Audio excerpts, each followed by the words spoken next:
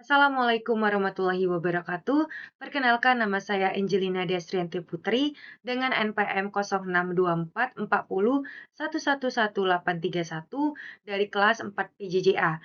Di sini saya akan memenuhi tugas dari mata kuliah pengantar GIS dan LDD mengenai resume pemaparan materi ketiga, data, informasi, SI, dan GIS.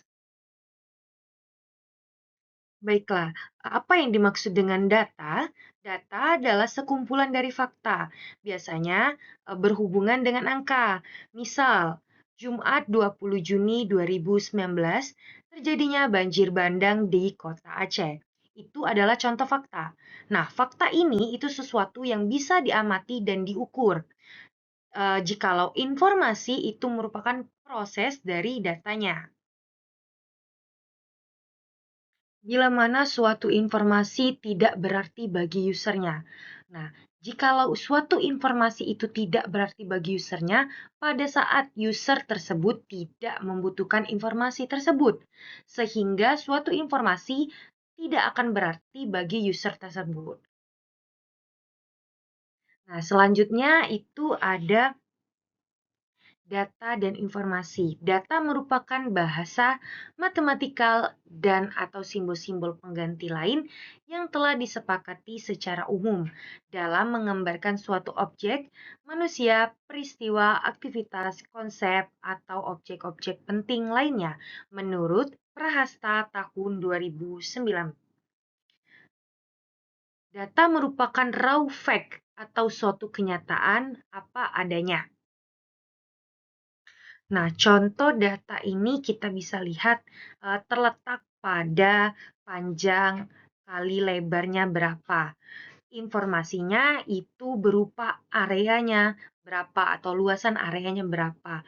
Itu bisa kita lihat pada gambar yang di bawah.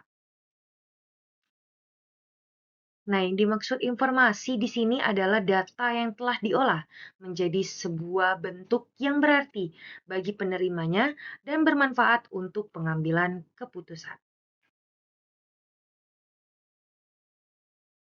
Selanjutnya, ini adalah beberapa ciri-ciri informasi yang berguna. Yang pertama itu dirancang untuk memenuhi kebutuhan pengguna. Yang kedua itu teliti. Yang ketiga relevan. Yang keempat itu siap digunakan pada waktu yang diperlukan. Yang kelima itu mudah dimengerti.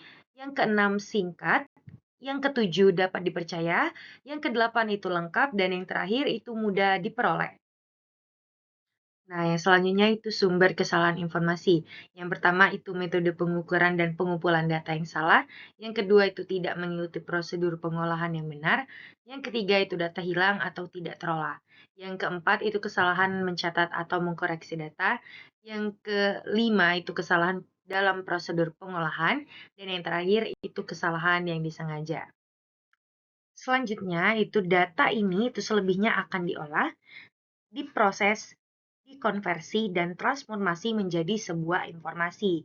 Misalnya, pembuatan beton pada bahan campurannya yang diolah kemudian informasinya berupa kuat tekan beton tersebut. Selanjutnya itu siklus data informasi itu meliputi input data kemudian diproses. Selanjutnya itu outputnya itu berupa informasi yaitu akan digunakan untuk apa. Terdapat juga pada siklus informasi, referensi, dan basis data. Nah, basis data itu merupakan kumpulan dari data. Selanjutnya itu ada geographic data, itu ada dua. Yang pertama itu data komponen spasial dan data tematik. Nah, komponen tematik ini merupakan atribut data yang menjelaskan data spasialnya. Selanjutnya kita bisa lihat di gambar sebelah kiri itu merupakan contoh data spasial berupa jalannya. Nah, pada sebelah kanan itu contoh dari data atribut datanya yang meliputi nama jalan, panjang jalan, alamat jalan. Atribut data ini itu untuk melengkapi si spasial datanya, si data spasial jalan ini tadi.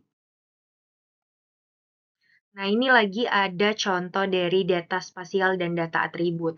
Yang di atas itu contoh data spasial merupakan gambar poligon atau areanya. Nah, untuk data atributnya ini meliputi berapa luasan area tiap gambar itu, eee, digunakan untuk apa tiap areanya, dan owner lokalnya itu apa dari tiap area. Nah, selanjutnya itu ada data geografis. Itu meliputi data spasial dan juga data atribut.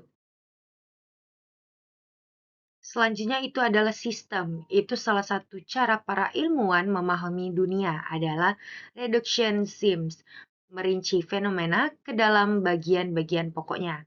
Semua hal dikaitkan dengan semua hal lain. Suatu sistem itu terdiri dari bagian-bagian, komponen, elemen. Setiap bagian dapat merupakan sebuah sistem, subsistem.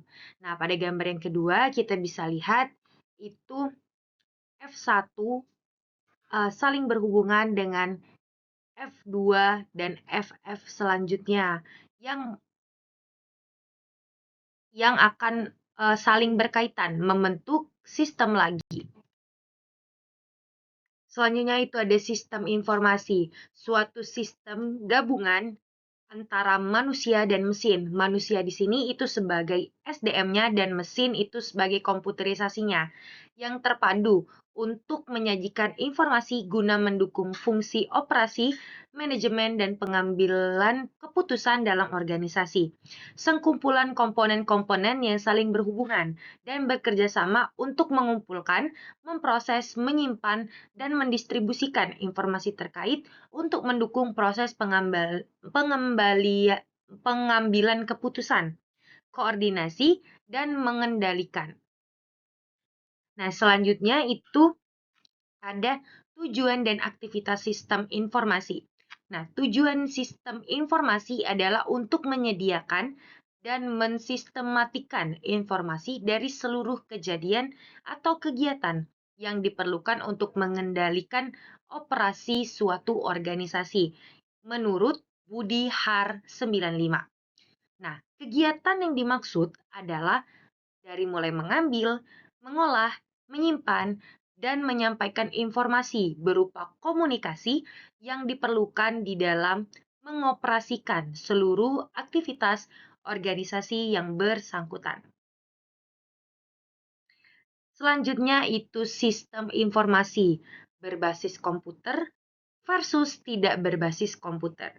Awalnya tidak berbasis komputer. Nah, ia tidak mudah untuk dikendalikan dan tidak semua sistem informasi itu siap untuk segera diadaptasikan dengan sistem komputer. Biasanya faktor-faktornya itu meliputi yang pertama jumlah sistem informasi yang cukup banyak, yang kedua dana yang sangat terbatas, yang ketiga kompleksitas yang relatif rendah, yang keempat jumlah pengguna sistem informasi yang relatif rendah, dan yang terakhir cenderung tetap mempertahankan tenaga manusia. Karakteristik sistem informasi tanpa dukungan komputer. Yang pertama itu data disimpan di dalam media, perangkat yang harus dapat dibaca oleh manusia. Yang kedua itu penelusuran data dilakukan oleh manusia, kecepatan penelusuran menjadi relatif rendah, orde menit hingga jam, dan tidak menjadi prioritas tertentu. Yang ketiga itu makin besar dan kompleks organisasi terkait, makin sulit untuk memperoleh gambaran yang lengkap dengan cepat. Yang keempat itu kecepatan pengolahan data sangat ditentukan oleh kecepatan petugas terkait manusia dalam menghitung, menyusun tabel laporan, dan mengandalkan laporan. Yang kelima itu transmisi atau pengiriman data dan informasi sebagian besar memerlukan fasilitas transportasi fisik dari media yang digunakan. Yang keenam itu penggunaan sarana telekomunikasi masih sangat terbatas. Dan yang terakhir itu terdapat delay atau keterlambatan informasi yang cukup besar sebagai akibat dari keterbatasan-keterbatasan penelusuran, pemrosesan, dan transmisi data. Selanjutnya itu ada karakteristik sistem informasi dengan dukungan komputer. Yang pertama itu data tersimpan di dalam media perangkat yang harus dibaca yang harus dapat dibaca oleh mesin dan bersifat padat hingga lebih mudah dan cepat untuk ditelusuri dalam satuan waktu detik hingga menit. Yang kedua, itu sekumpulan data yang berukuran besar dapat disimpan di satu lokasi saja. Yang ketiga, itu kecepatan pengolahan data sangat tinggi. Orde detik, menit, hingga jam sangat tergantung pada volume data, ruang penyimpanan, RAM, dan prosesor terkait. Yang keempat itu transmisi data dapat juga dilakukan melalui sarana telekomunikasi. Yang kelima itu delay atau keterlambatan yang terdapat di aliran data dan informasi itu relatif kecil karena proses-proses penelusuran, pengolahan dan transmisi data itu dapat dilakukan dengan cepat. Nah, yang terakhir itu lokasi-lokasi pengembangan dan pengoperasian sistem informasi yang tersebar tidak menghalangi kemudahan dalam memonitor dan mengkoordinasikan segala aktivitas terkait. Baiklah, mungkin sekian resume pemaparan materi ketiga mata kuliah pengantar GIS dan LDD yang dapat saya sampaikan. Saya mohon maaf jika dalam penyampaian saya terdapat banyak kesalahan. Saya akhiri wabillahi taufiq wal hidayah. Wassalamualaikum warahmatullahi wabarakatuh.